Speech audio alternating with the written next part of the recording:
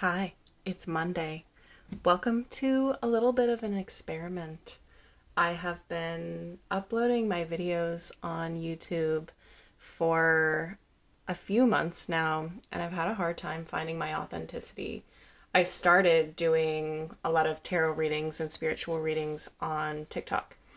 And TikTok still feels like my spiritual home. It feels like where I have a lot of authenticity. And I've had a hard time finding my authenticity on YouTube. And so I decided to upload this today as a little bit of an experiment in finding my authenticity and finding my voice. Because so far, I've felt like YouTube is this place where content is curated and edited and scripted, and that never works well for me. And when I try to do that, I end up not feeling like myself. So this is me. It's Monday, and what I do on Mondays is I spend the morning with myself, with my body. I give myself absolute openness and freedom to do whatever I need to do. Sometimes I wake up in a bad way, and that means that I just scroll TikTok all morning.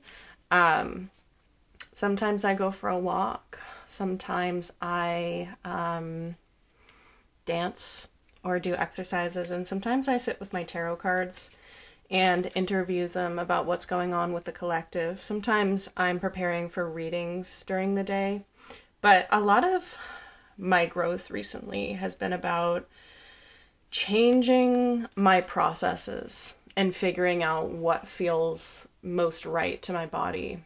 I read this passage in a book called Women Who Run with the Wolves. It was written the year I was born, maybe the year before I was born. And it contains so much wisdom about what we're going through right now as a collective. And I believe that is moving the things out of our way and out of us that are not working, systems that other people have imposed on us. And I woke up this morning and I felt so flustered. Everything, you ever have one of those days where you wake up and it's like everything is in your way? Like the dogs wanted to give me love and I was like, get out of the way. That's how I felt. And I always feel so guilty when I feel that way, because it makes me feel like when I was a child and my parents had stuff to do and they couldn't be bothered to be interested in what was going through my mind or what I wanted to share with them. And so I always feel like I am imposing that on my animals when I do that. So today has been like a really flustered kind of a day, and I actually did a little practice that I do sometimes, which is I shut myself in the closet where it is dark and where it is quiet. Sometimes if I need to, I'll put in earplugs, and then on top of that, I'll put my noise canceling headphones, and that really, understanding that I have like these sensory meltdowns has been a game changer for me. And what I was picking up on is there is this influence right now. This is the week of April 3rd. It's the first week of April. There's this influence of stress and anxiety. And I don't always know when I'm feeling stress, anxiety. I don't know when I'm first feeling it, but what I end up feeling is, or what I end up seeing is in my behavior, attempts to control things. So getting frustrated about people who are not doing things fast enough for me, and also usually shopping behavior for me. So I decided to get all interested in stickers and like go on Amazon and want to buy all these stickers. And another part of that is like, I don't really want to support Amazon anymore. And, which is funny because it's a big part of my consulting services for marketing. So it's so funny. In many ways, like deconstructing and not wanting to support old systems. That's a big thing for me and a big part of the collective. But anyway, that shopping behavior. And so what I do is like, okay, we can put the things in the cart, but we just won't buy them. That's what we'll do. And so that's what I did this morning. And now I want to sit down with my tarot cards and talk about what's going on in the collective right now and do a little reading for you. I released my video for the April collective energy, and that's a really good one if you want to find out the themes that are going to go on this month of April. What it feels like to me is really, there go the cards, a bedrock of safety, good energy, really positive energy, really supportive. On the surface of that, above that, anxiety and fogginess. This day, particularly, April 3rd, feels to me like a symbolic day that is asking us to slow down and like stop doing a lot of stuff. Specifically today, there are like silent protests going on. I guess you'd call that a strike. There are general strikes on buying today. I don't know how well participated in they are, but that is a part of the collective today too, of internally taking a pause and recognizing that there are systems that we don't want to play into anymore. We want to build new things, new communities, new ways of taking part in commerce that are cooperation based and not competition based. But I feel like almost like the earth, the energy is helping us. And it almost feels like what retrograde feels like when they talk about, oh no, Mercury is coming into retrograde. That's what it feels like. It's just like confusion, texts getting missed. I was checking on an online application this morning and like it didn't exist, things like that. So take that as a sign to kind of sit and regroup today, which is really what I'm doing this morning. Cards just fell out of my deck without me putting them down. So I'm going to go ahead and just take that as a sign. And I do like to read cards upside down. I like to read cards in the reverse. I haven't figured out exactly my setup here, but I have my little table here. This space feels a little bit cozy or maybe a little bit claustrophobic. I'm actually going to be moving in the next few weeks, and so you'll see me in a new space. So what I heard is to set these kind of in a checker pattern. I've got 2 above, 2 below. So it feels like the above current energy and then the below current energy. So I've got the world. We're working with the Everyday Witch Tarot. I've had the Everyday Witch Oracle for a long time, and I just recently got the Everyday Witch Tarot, and I love it, of course. It's highly recommended. And then we've got the Ace of Cups. And she came out in the reverse. So what I'm seeing here is old emotions coming up, old stagnancy, being aware of the things that we don't want. So feeling a little bit of like old swampy emotions. She is in kind of a little swamp here. It almost looks like a little dried up lake. There's like stagnant water kind of behind her. And this really is magic if you want to use it as magic.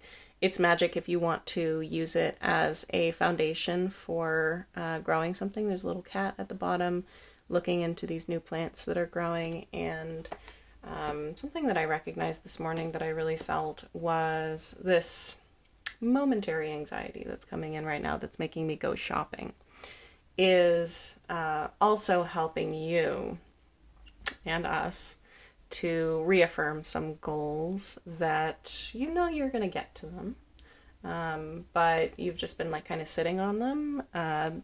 Big actions. It's kind of like, oh yeah, I need to put in that application, or I need to call that guy. I need to get my auto glass fixed. Like they need to fill in a little crack. And it just kind of felt like that anxiety was a supportive anxiety in a way this morning. Because what I do, my response to anxiety is to try to gain control over the physical world. And I can do that in relationships, or I can do that with just money stuff. A lot of the shopping behavior is about trying to gain control over the physical world. So old emotions coming up and feeling that stuckness and knowing that we don't want to be here necessarily. The world card is interesting because the world is kind of being uprooted, structures of the world. And this card is one of the cards that I tend to read very differently than the tarot wants to read it. I just always kind of have. The world often shows all of the different suits in it. I've seen tarot decks where you see the water and the fire and the air, and this has a couple of those elements. I don't necessarily see the fire in here, but the way that I'm interpreting it is seeing the abundance of the world and seeing the possibilities of the world and realizing that we want to build a different structure. It feels like she's looking away from this structure that is behind her and kind of looking to a new thing. Also, the aspect of the hat flying away is really interesting because it's almost like the power is getting away from us or feeling like we don't have full control over it. So that's kind of like surface energy. Underneath, okay. I love this. Death.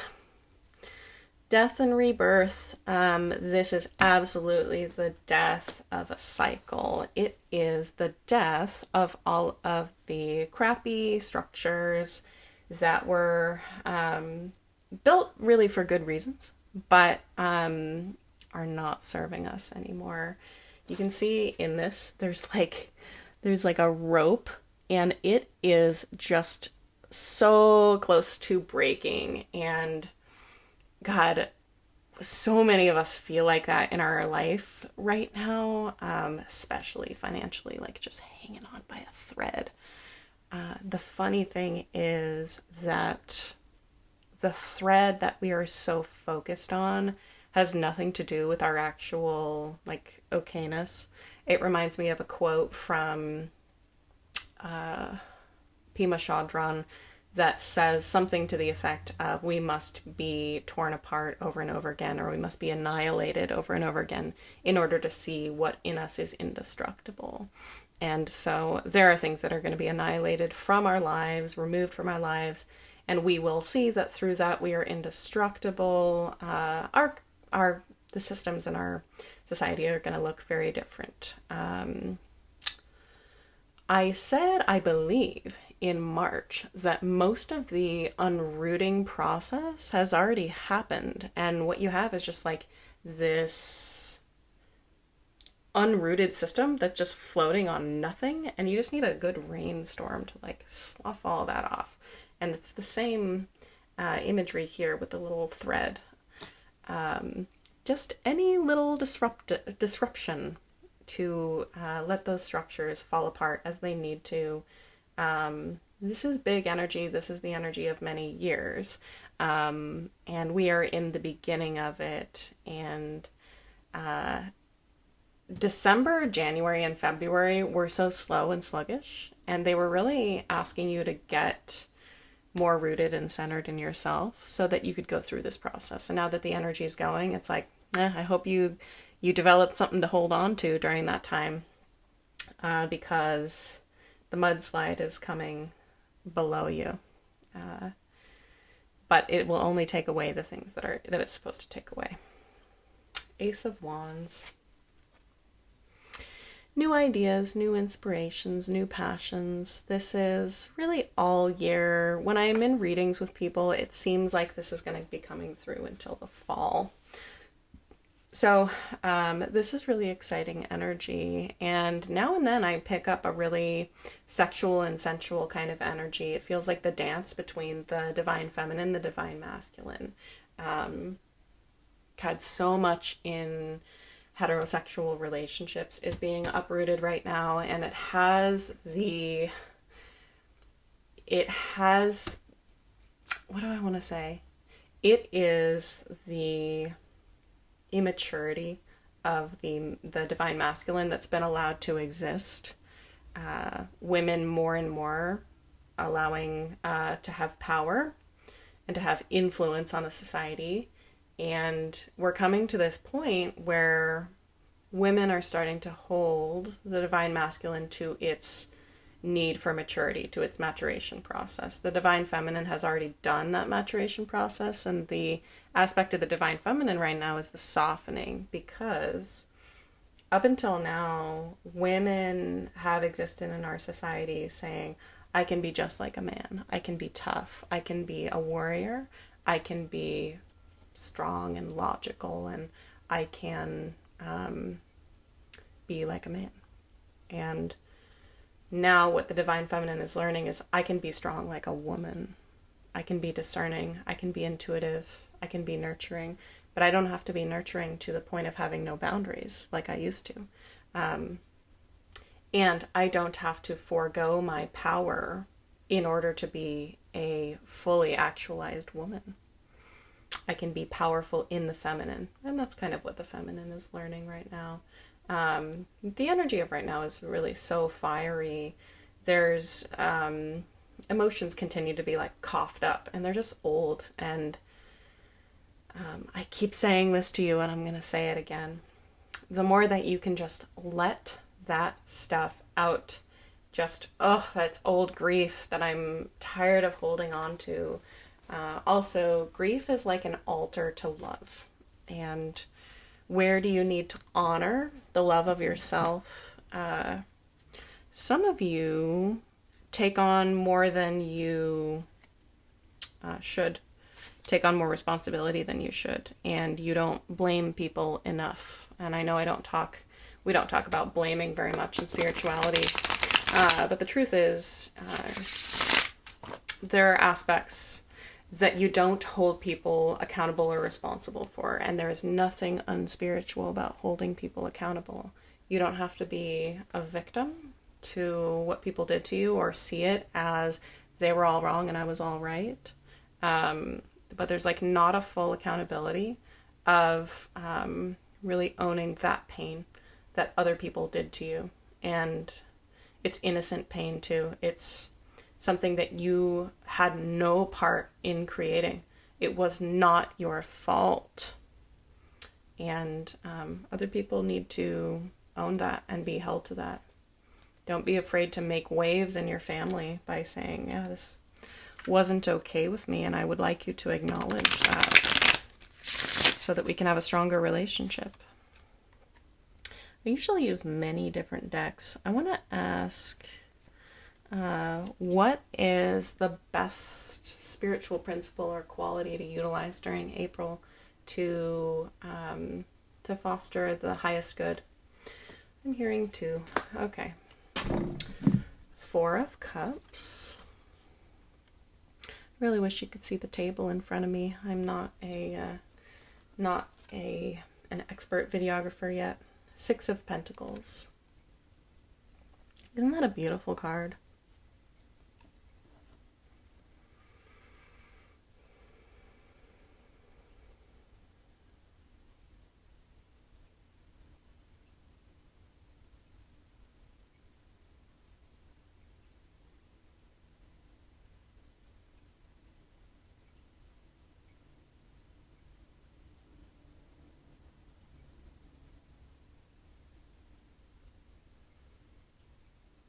I need to consult the guidebook for the 4 of Cups.